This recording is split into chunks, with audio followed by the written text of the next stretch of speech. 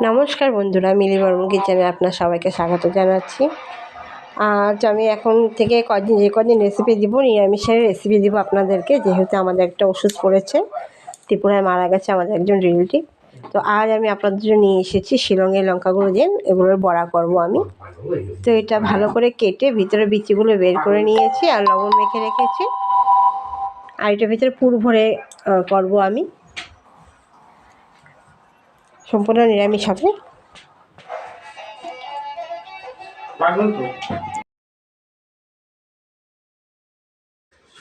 তো ভিতরে এটা পুর ভরে করব বড়াটা। তো তেল গরম হয়ে গেছে।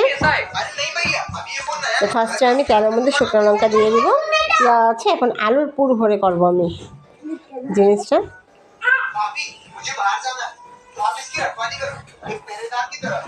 প্রথমে পাঁচফোড়ন দিয়ে দিচ্ছি, যেহেতু এটা নিরামিষ সম্পূর্ণ। তারপর আলু সিদ্ধ করে রেখেছি যে, সেগুলো দিয়ে দিব।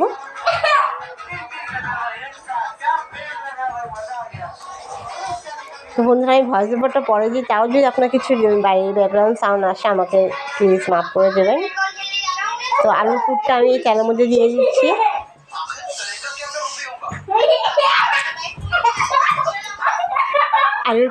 আলুর পুরটা দিয়ে দিচ্ছি আমি। তো আলুর পুরটা দিয়ে দিয়েছি, এটা ভালো করে একদম তেলের মধ্যে মিশিয়ে নিব। এর মধ্যে মশলার মধ্যে খালি এখানে দিব, আলুটা সিদ্ধ করাই আছে। এখন এর মধ্যে দিয়ে দিব অল্প আমি, ভালো করে আগে মিশিয়ে নিচ্ছি। এখানে 1 চামচ হলুদ গুঁড়ো দিয়ে দেবো, 1 চামচ জিরা গুঁড়ো আর ধনে গুঁড়ো দিয়ে দেবো, আর লঙ্কা গুঁড়ো অল্প দিয়ে বাস এটা পুরটা তৈরি করে নিব। আর কাসুরি মেথি দিব সেন্টের জন্য, যেহেতু এখানে রসুন পেঁয়াজ কিছুই দেওয়া হবে না, সেজন্য কাসুরি মেথি অল্প দিয়ে দেবো। হলুদ গুঁড়ো, জিরা গুঁড়ো, ধনে গুঁড়ো, এভাবে পুরটা তৈরি করে নেব আমি। সব কিছু আমি 1 চামচ দিয়েছি, আর লবণ দিয়ে দেব। অল্প মিষ্টি চিনি দিয়েছি, আপনারা চাইলে এটা স্কিপ করতে পারেন যারা পছন্দ করেন না চিনিটা।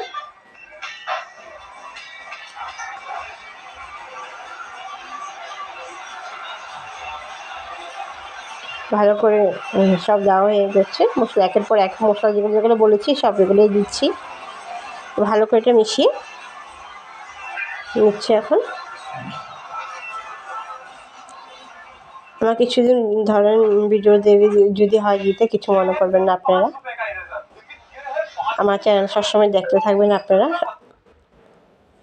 আমার ওয়াচ টাইমের সাথে সাথে আমার সাবস্ক্রাইবারও প্রয়োজন, আপনারা খুবই কম এখন সাবস্ক্রাইব করছেন। তো এখন কসুরি মেথি দিয়ে দেবো, এটা কসুরি মেথি দিয়ে নামিয়ে নেব, পুরটা ঠান্ডা হতে দেবো।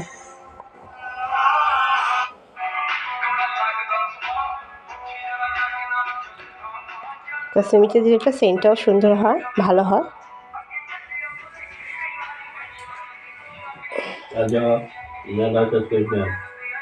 পুরটা নামিয়ে নিব, নামিয়ে ঠান্ডা করে নিচ্ছি পুরটা।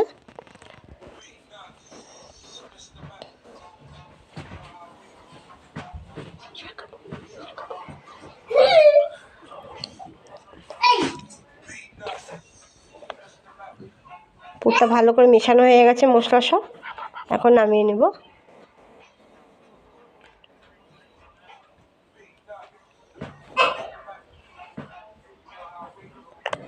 আর এখন বাটিতে আমি বেসনটা ব্যাটারের জন্য এখানে বেসন নিয়েছি, লঙ্কার গুঁড়ো নিয়েছি, কাসুরি মেথিও দিয়েছি, আর হলুদ গুঁড়ো, চিনি অল্প আর লবণ অল্প।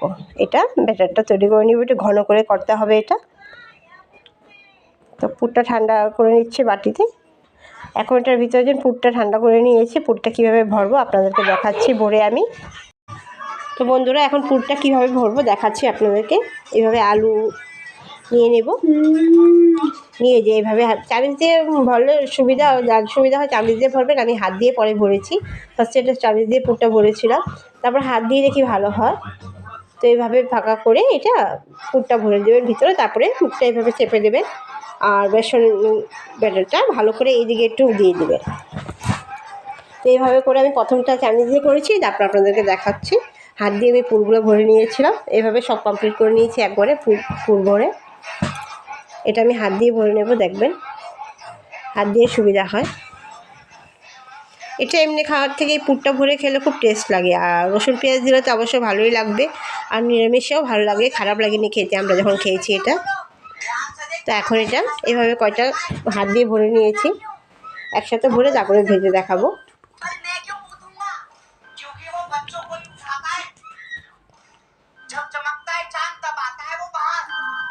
এভাবে দেখেন সবগুলো আমি হাত দিয়ে ভরে নিচ্ছি পুরগুলা। এখন পুরগুলো এইভাবে একটা একটা করে সবগুলো ভরে নিচ্ছি লঙ্কাটার ভিতরে। তারপরে আমি কড়াইতে এদিকে সাইডে তেল বসিয়ে নিয়েছি, কড়াইয়ের তেলটা গরম হবে, কড়াইয়ের তেলটা গরম হয়ে নে। তো এইভাবে সবগুলো ভরে নিলাম আমি।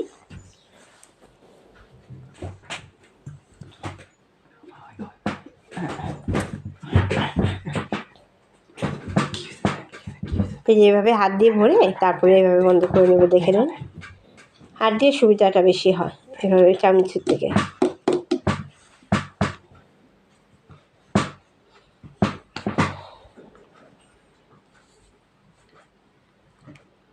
তো এইভাবে সবগুলো দেখায় নিচ্ছি, দেখেন সামনে নিয়ে দেখে কীভাবে ভরতে হয়। প্রথমে বিচিগুলো ফার্স্টে ভিতরে বিচিগুলো সব এভাবে চাকু দিয়ে কেটে সবগুলো বের করে নেবেন। তো যা অনেকের আছে যে ভিতরে বিচিগুলো শিরাটা থাকলেই পেটের প্রবলেম হয়, পেট ব্যথা হয়, কিন্তু এটা ফেলে দিলে তখন আর কোনো পেটে ব্যথা হয় না। শিরাটা ফেলে দিতে হয় ভিতরে লঙ্কার বিচিগুলো, বাচ্চারাও খেতে পারবে, ঝাল লাগবে না এটা। এইভাবে আমি সবগুলো পুর ভরে রেডি করে নিয়েছি। এখন বেসনে এটা ডুবিয়ে তারপর ভেজে নেব। তো কড়াইতে আমি তেল গরম করেছি যেহেতু, তো কী করবো, এখান থেকে একটু গরম তেল সে বাটারটার মধ্যে আমি ঢেলে দেব। এতে কি হয়, বড়াগুলো ক্রিস্পি হয়, খেতে ক্রিস্পি খেতে হয়। তো গরম তেল নিয়ে আমি একটু এই ব্যাটারটার মধ্যে দিয়ে দেব। এভাবে আপনারা বেসন দিয়ে কিছু ভাজার সময় এভাবে গরম তেল একটু দিয়ে দেবেন, দেখবেন খুব ক্রিস্পি হবে। তো এখন আমি লঙ্কাটা পুরে ডুবিয়ে এই ব্যাটারটার মধ্যে ডুবিয়ে তারপর তো এখন ভেজে নেব এটা। ব্যাটারটার মধ্যে তেল, অল্প গরম তেল দিয়ে এটা মিশিয়ে নিয়েছি। এখন দেখাচ্ছি এভাবে ভালো করে ঘন করে করতে হবে ব্যাটারটা, পাতলা করে করবেন না। এভাবে চুবিয়ে যে দিকটা খোলা আছে ওই দিকে বেসনটা অল্প বেশি করে দিয়ে নেবেন, আর সিধা দিক করে যে দিকটা খোলা থাকবে সে সিধা দিক করে দেবেন। তো কী হবে, এটা মুখ থেকে সব ভিতর থেকে পুরগুলো বের হবে না। নিচ দিকটা ভাজা হওয়ার পর তারপর সে উল্টিয়ে দেবেন এটা। এইভাবে একটাও পুর ভিতর থেকে বের হবে না, আপনারা ভাজার সময় খেয়াল রাখবেন, দেওয়ার সময় এইভাবে পাথালি করে দিয়ে দেবেন। হ্যাঁ, এইভাবে দিয়ে দেবেন। এইভাবে আমি প্রথমে 3টাই ভেজে নিয়েছি, যেহেতু আমার হাজব্যান্ড খাবে না, তো 3টাই পুরো এভাবে ভেজে করে নিয়েছি বড়া। খেতে এইভাবে পুর ভরা খেতে খুবই ভালো লাগে, বাচ্চারাও পছন্দ করে। আমার রেসিপি যদি আপনাদের পছন্দ হয় অবশ্যই বাড়িতে ট্রাই করে দেখবেন, আর আমার রেসিপিকে বেশি করে লাইক করবেন, চ্যানেলকে সাবস্ক্রাইব করবেন, আর শেয়ার করবেন ফ্রেন্ড ফ্যামিলি সবার সাথে, আর কমেন্টের মাধ্যমে আপনাদের মতামত আমাকে জানাবেন। আমার পাশে থাকেন, আমার চ্যানেলকে একটু গ্রো করতে সাহায্য করেন, আপনাদের সাপোর্ট আমার সবসময় প্রয়োজন। তো এইভাবে পুরগুলো আমি আরেকটা ভেজে নেব, এখানে 3টা করে ভেজে নিচ্ছি আমি, তারপর নামিয়ে নেব। হ্যাঁ, এইভাবে সিধা করে দিয়ে দেবেন। তো 3টা ভেজে আমি নামিয়ে নেব।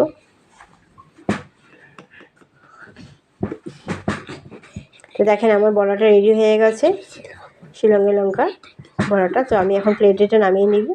অবশ্য আমার এই রেসিপি আপনারা বাড়িতে ট্রাই করে দেখবেন, পছন্দ হলে অবশ্যই আমার রেসিপিকে লাইক করবেন, বেশি বেশি করে। লাইকটা খুবই কম করেন আপনারা, থাম্বনেলটার মধ্যে ক্লিক করলে হয়ে যায় লাইক, এটা কোনো প্রেশারও দিতে হয় না, এত লাইক বোতামটা। তো এভাবে আমার সাথে থাকুন, আমাকে সহযোগিতা করতে থাকেন। মিলি বর্মন কিচেনে আবার দেখা হবে নতুন রেসিপির সাথে। আজ এতখানি, সবাই ভালো থাকবেন, সুস্থ থাকবেন, নমস্কার। বিকালে স্ন্যাক্স হিসাবেও চপ ব্যবহার